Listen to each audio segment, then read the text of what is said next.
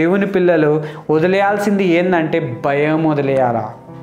మా దేవుడు గొప్పవాడు, నా దేవుడు నా కోసం ప్రాణం ఇచ్చిండు, నా కోసం ఆయన దెబ్బలు తిన్నాడు, ఎందుకంటే ఆయన తిన్న దెబ్బల వల్లనే నాకు స్వస్థత దొరుకుతుంది అని ఎప్పుడైతే మనం నమ్ముతామో అప్పుడే దేవుడు మనని స్వస్థపరుస్తాడు. ఓ బ్రదర్ అండ్ సిస్టర్, హిజ్కియా రాజుకి కూడా బాగలేదు. ప్రవక్త వచ్చి అన్నాడు, నీకు చనిపోతావు, ఇక బతుకోవు అని చెప్తే వెంటనే హిజ్కియా ఎన్నో రోజుల నుంచి డాక్టర్ మీద నమ్మకం పెట్టుకున్నాడు, ఎన్నో రోజుల నుంచి డాక్టర్లని మార్చిండు, ఎన్నో పైసలు ఇచ్చుకుంటూ పోయిండు. ఇక చచ్చిపోతావు అని అనగానే వెంటనే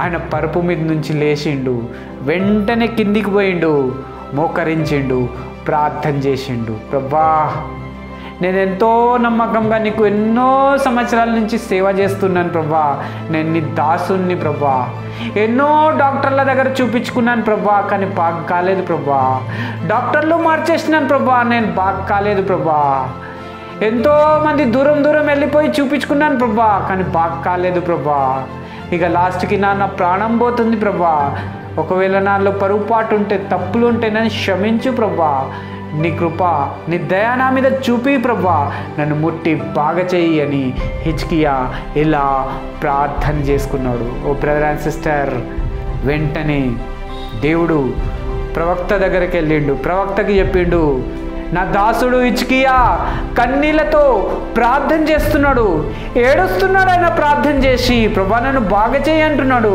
నన్ను క్షమించు అంటున్నాడు, నీకోసం ఎన్నో చేసిన అని చెప్తున్నాడు.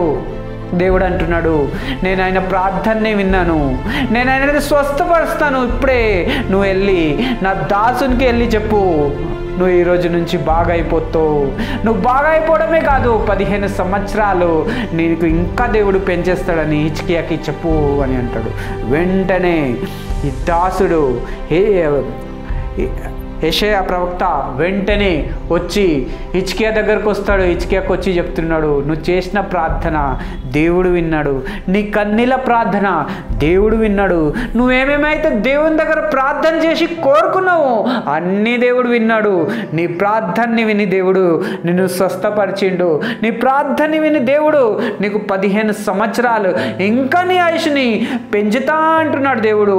ఓ బ్రదర్ అండ్ సిస్టర్, ఈ 15 సంవత్సరాలు దేవుడు హిజ్కియా రాజుకి ఇచ్చిండు. ఈ 15 సంవత్సరాలు హిజ్కియా రాజుకి ఇస్తే హిజ్కియా రాజు ఆ 15 సంవత్సరాలు బతుకున్నంత వరకు నేను దేవుణ్ణే గణపరుస్తాను అని తీర్మానం చేసుకున్నాడు, దేవుని ఇంటికి వెళ్తాను అక్కడ అని తీర్మానం చేసుకున్నాడు. అందుకే దేవుడు ఆయనకి స్వస్థపరిచిండు, స్వస్థత ఇచ్చిండు, ఎందుకంటే కన్నీళ్లతో ప్రార్థన చేసుకున్నాడు, మోకరి మీద ఉండి ప్రార్థన చేసుకున్నాడు. నేను ఎంత దేవుని సేవ చేసినాను ప్రభా, ఒకసారి గుర్తు చేసుకో అన్నాడు. ఒకవేళ నాలో ఏమైనా పొరపాటు ఉంటే నన్ను క్షమించు అన్నాడు. ప్రభా, నేను నీ దగ్గరికి రాకుండా నా డబ్బులు తీసుకో, డాక్టర్లకు ఇచ్చేసిన నన్ను బాగా చేస్తారని ఎన్నో మందులు వాడినాను ప్రభా, నేను బాగలేకపోతున్నాను, బాగా ఇల్లేను ప్రభా, నువ్వే నన్ను ముట్టి బాగా చేయి ప్రభా అని ప్రార్థన చేసుకున్నాడు. అందుకే దేవుడు ఆయన ప్రార్థనని విని హిజ్కియాకి బాగా చేసినాడు. ఆ హిజ్కియా దేవుడే ఈరోజు మన దేవుడు కూడా ఉన్నాడు. ఆ దేవుడే మనకి స్వస్థపరుస్తాడు. మన యేసయ్య మన ప్రార్థనని వింటాడు.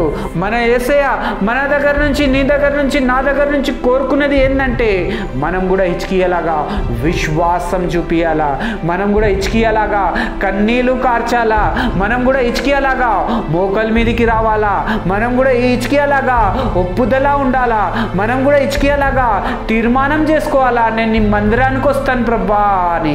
ఎప్పుడైతే ఇలాంటి తీర్మానం కలిగి ఉంటామో, ఉపవాస ప్రార్థనలో ఉండి చేస్తామో దేవుడు అది వింటాడు, వెంటనే మీకు స్వస్థత ఇస్తాడు. ఓ బ్రదర్ అండ్ సిస్టర్, ఏ డాక్టర్ చేయలేని పని మన యేసయ్య చేస్తాడు.